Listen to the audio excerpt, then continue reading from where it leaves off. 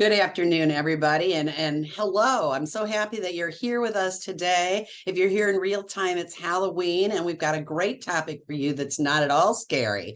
We're going to be talking today about sexual health education with our friends from the YWCA. So, having said that, my role today is going to be able to sit back and enjoy the conversation with two of my wonderful team members at the St. Louis Arc and Samara from Shade. So, I'm going to start off by having Kate introduce herself, and we'll work our way around to our guest of honor, Samara.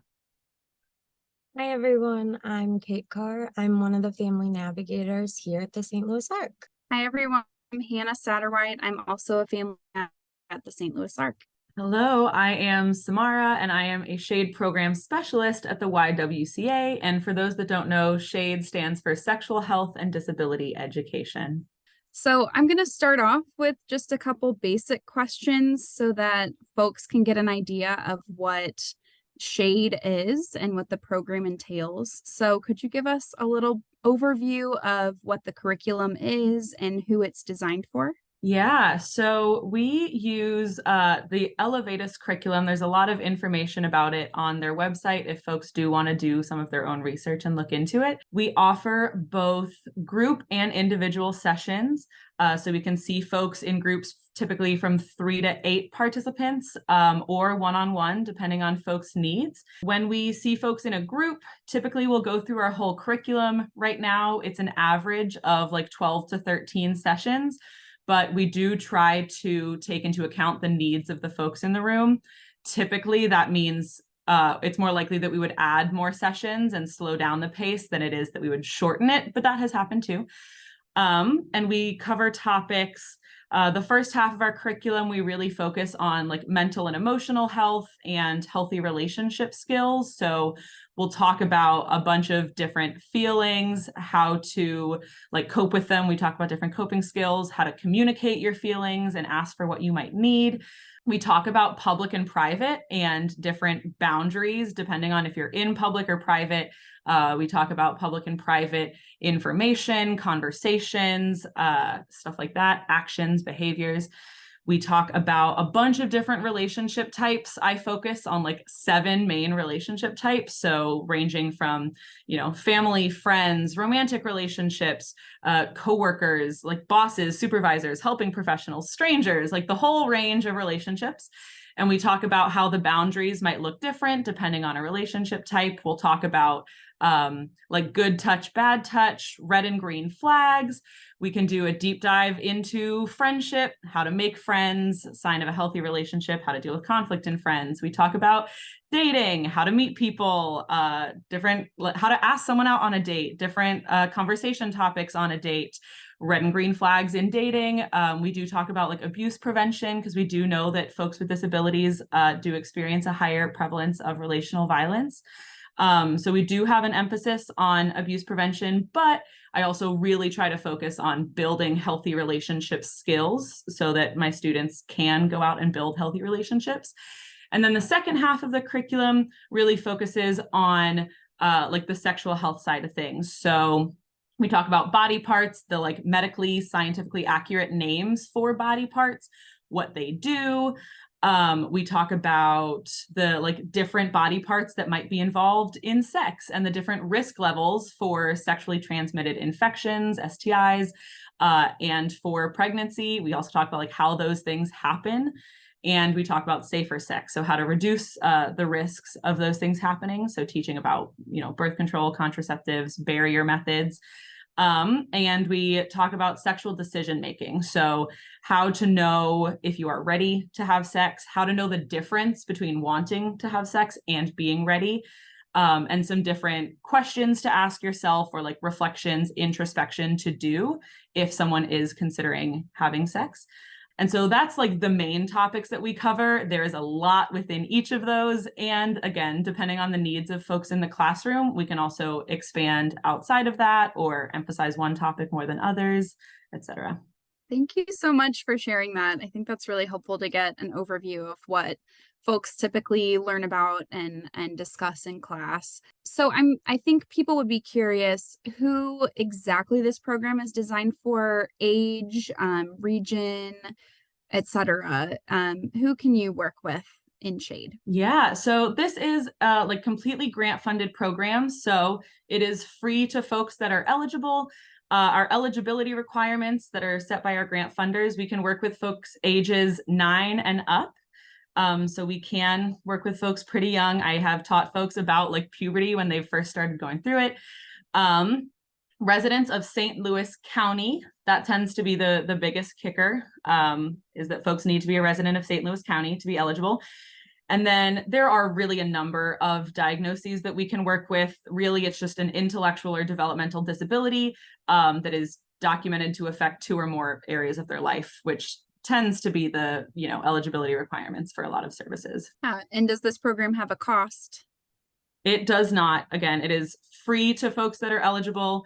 And so, we love partnering with different organizations to reach as many folks as possible, especially since it is free to them. I'm going to interrupt briefly because there's a question that I think applies here. And then people are wanting to know if there's any city services since the funding comes from the county. I know we've been successful in having some city residents participate. Yes. So we are always trying to find different ways to get this information out to folks that aren't eligible or that don't meet those requirements that I just mentioned. So sometimes, we can see folks in a group and we can kind of squeeze in those ineligible folks into a group. So we have been able to see a number of city residents that way. We do not right now have a way to see ineligible folks one-on-one. So anyone that doesn't meet those eligibility requirements would need to join a group. There are some services here and there that work for folks that are ineligible for our program. If someone is, looking for services that are separate from Shade, they don't meet the Shade requirements, I would probably recommend that they email me directly and I can kind of see what their needs are and what eligibility they might, be eligible for, because there are different programs at other organizations with different eligibility requirements. I also know a couple of like private practices, some that, are just, pay out of pocket, or some that are able to see like DMH qualifying individuals. So if someone is not eligible for Shade services, I recommend that they email me. Kate, did you have a couple questions? Yes. So do parents or caregivers ever participate with their family members? Is there a parent component? How can parents or caregivers support what the individual is learning with you? Yeah, that's a really great question. And so I'll kind of answer those one at a time. So when I see folks individually, I very occasionally do have parents, caregivers, family come in, typically just to kind of get a better idea of that person's like support network, or if there's, information that the parents or caregivers might have. But I try to keep it as one-on-one as possible, especially since these services are confidential. And we do talk about topics that folks might not want to talk about with their parents or their caregivers.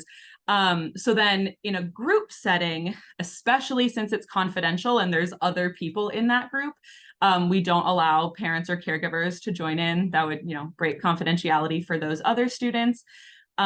We are like working on a curriculum / like workshop or training on how parents and caregivers can get more involved. And I am often emailing or calling with the parents and caregivers of my students to talk about like, here's some of the curriculum things that we're focusing on. Here's the language that we use in class. If you're looking to reinforce these ideas at home, here's, maybe an activity that we do that you could find a way to do at home, something like that. So I really try to be as open about what we are learning in class as possible so that things can be reinforced at home.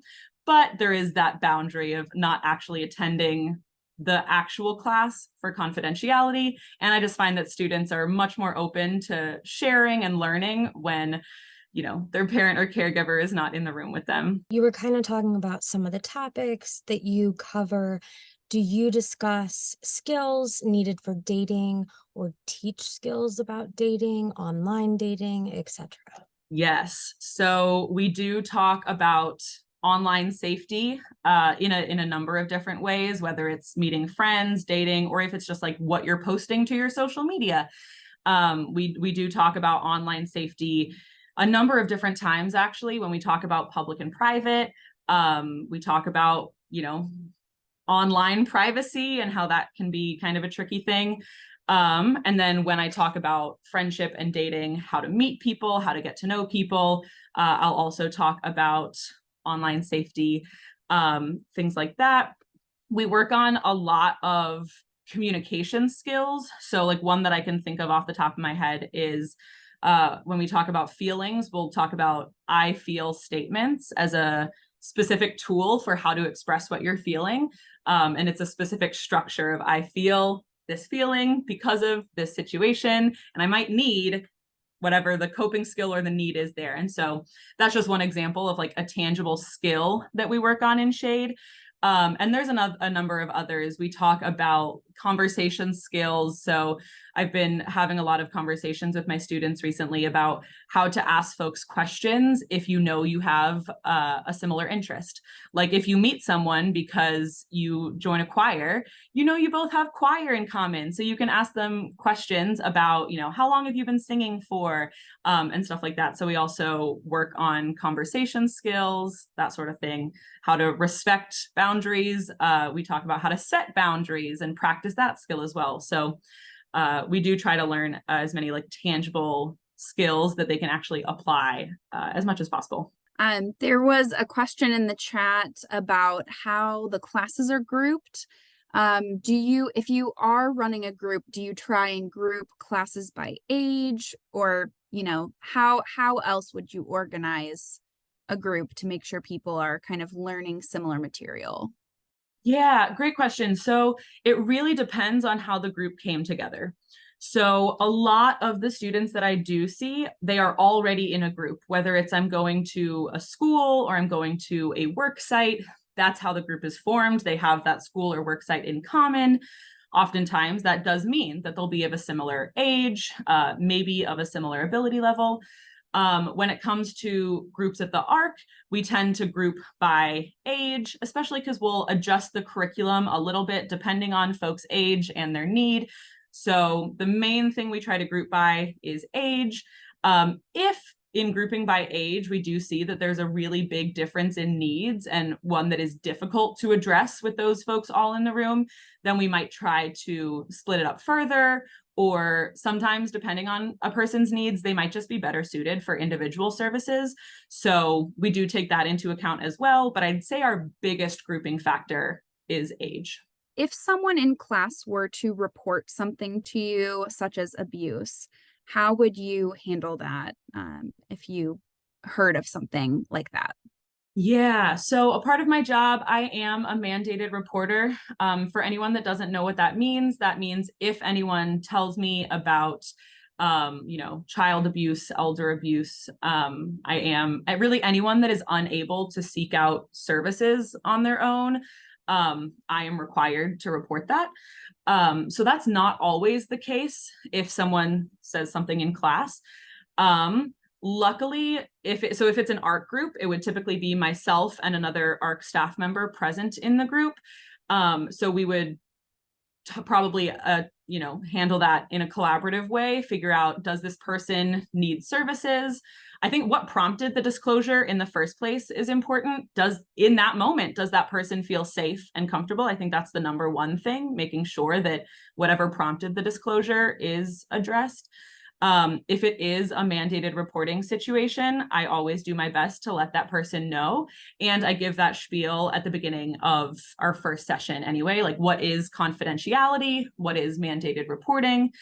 And then if anything does come up, I always try to have a conversation with that student and say, hey, this is kind of outside my area of expertise, and it sounds like someone might need help. And so I've got to let someone else know that can get that person the help they need. And so having that conversation, and again, kind of figuring it out, both following legal procedures, the ARC's procedures, YWCA's procedures. So especially since there's typically multiple staff present, we would kind of handle that together. Another question just about the curriculum. So do you ever have folks go through the curriculum more than once, or are there varying levels of Like, do you graduate from shade 1 and move on to shade 2, or how does that work? Yeah, so I've definitely had folks go through the curriculum multiple times. I would say folks that just do want to, like, who really learn through repetition. And so they just want to hear the information multiple times. That's totally fine. I have had folks go through a group and then maybe something came up in the group, or maybe the group just ended and they had a lot more questions. And so they continue on with shade through individual services. Honestly, I've had folks start a group through like their workplace, and maybe they leave their workplace because they get another job. And so they join a group at like an organization. So, they might get some repetition, but continue on in a new way. I wouldn't say that there's like levels of shade, but I have had folks that are like, hey, I just want to do a deep dive into like these 3 or 4 topics. And we do that. And then they're like, hey, now that I know more about these 3 or 4 topics, I actually have more questions than answers. And so then we reevaluate their goals, come up with a new plan, and they might continue services in that way. Absolutely. Thank you. That's helpful to know that there's a way that if they don't feel like they're done, they can come back and get more questions answered. That's wonderful. Yeah, so let's talk a little bit about why this type of education is important. Do you find that it helps to build self-esteem, or, how are some of the ways you feel that it helps folks that go through this curriculum? Yeah, I think so. First of all, I really feel like everyone deserves to have this knowledge. I think everyone deserves to have knowledge about how to build healthy relationships, how to avoid unhealthy relationships, communication skills, skills about coping with your feelings, and knowledge about your body, the rights you have when it comes to your body. I think everyone deserves access to this education. And especially like looking at research and evidence when it comes to folks with intellectual and developmental disabilities, especially, there is a higher prevalence of violence. And oftentimes that is folks exploiting different vulnerabilities that is often education gaps and folks not knowing what they're allowed to say no to or not knowing how to say no. Again, I mentioned earlier, like good versus bad touch. Or again, like seeing that, they might feel different because they have a disability, and that can affect self-esteem. And so just learning a disability-centered curriculum all about, autonomy and relationship skills, I have seen be like really empowering for folks. I have gotten incredible feedback that either from folks that like feel more confident after class, or just saying like, whoa, it was really cool to have a safe space to talk about something that I like am discouraged from talking about in a lot of other places. So I do think it's important that everyone have this education. And I think it's especially important to have a disability-centered program for folks that are often left out of sexual health education. And I think that's the really cool part about Shade is it's a small group, and just from being a part of it for a little bit, seeing, the topics that we talk about that are spoken about, and participants' view on it, and seeing when someone started to end it, and the knowledge gained and the confidence that maybe they didn't have before. Plus it's really good refreshers. It's good information just to make sure you're up to date. And oh, or maybe you didn't even know something and you learned something new. It's really, really valuable information. And I appreciate it. So Absolutely. And something else that reminded me of. So I often see folks that, are wanting to learn more about how to set boundaries, how to say no, how to build these healthy relationships. And I do see a lot of folks on the other side that have, had some trouble respecting other people's boundaries. And a lot of times it's because, it hasn't been modeled to them as much. And so being in Shade and learning like how to regulate your emotions if someone says no to a date or a hug or anything, like being able to regulate the emotions that come up in the face of rejection is really important. Because then I also see this path of my students, if they don't learn about boundaries and they keep crossing boundaries. Oftentimes, first step might be come to Shade. If it's an education gap, great, let's see if we can fill it. But for those folks that don't have Shade, that don't know about it, or, for whatever reason aren't coming to Shade, the other path is punitive action and punishment for them not knowing about boundaries. So I think on both sides of things, whether it's folks that really want to set boundaries, folks that really want to learn how to respect boundaries, I think that Shade is a really great program, and focusing on the autonomy that each person has, the rights that each person has. I think when they're able to recognize that in themselves, that also increases the compassion that they have for others. And they're like, oh, wait a second. I know that I want to be able to say no when I don't want something. So it must be extra important for me to listen when other people say no, because it just means they don't want that. So on both sides of things, I feel like this education is really important. We have another question in the chat, and it's probably one for an individual session, but the question is, do you ever discuss touch options that one might pay for if there was a need for that? A cuddleist, a sex surrogate, or therapy, or prostitution. So before you say anything, I will say that from the ARC's point of view, we are happy to have conversations for anything that is a legal thing that anybody else could engage in. And beyond that, we probably wouldn't touch it. Samara. I would say, yes, my approach is very similar. And I would say conversations, I am pretty open to. If it comes to actual referrals, that it can get a little bit trickier. There are folks, like you said, the legal route. I do know multiple sexual health professionals in the area that is much more so their area of expertise, because I will not pretend like that is my area of expertise.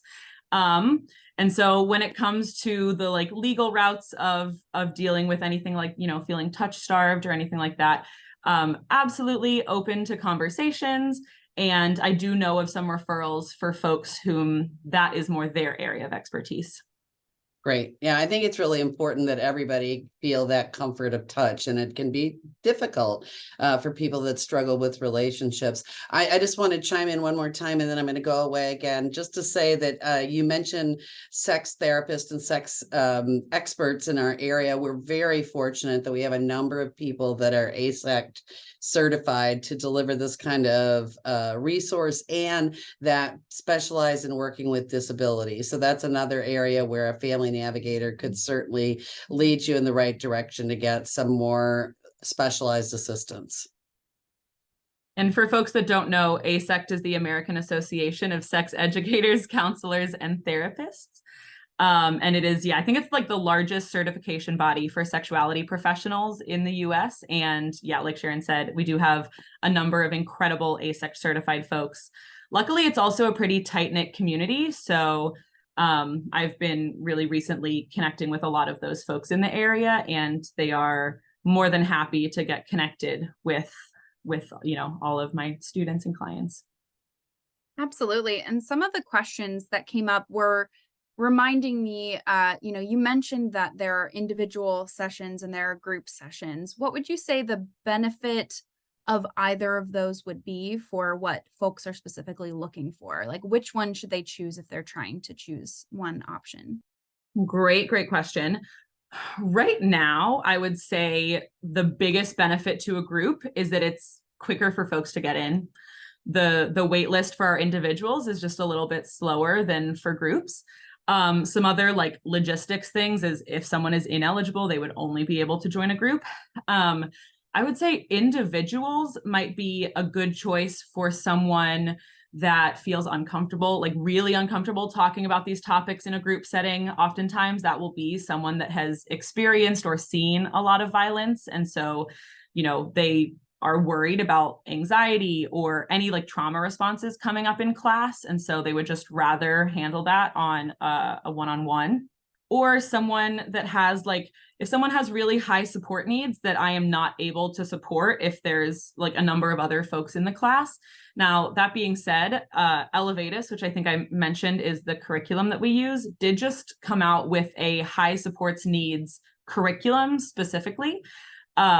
So that isn't, folks with high support needs do not need to do individuals. I have just found that some folks prefer to do individuals because they'll get more, clearly they'll get more one-on-one attention than if they are in even a group of like 5 folks, if it's 2 staff to 5 people, we don't always have the capacity to give someone that one-on-one support. Whereas if they're doing individuals, that's really all that they're getting.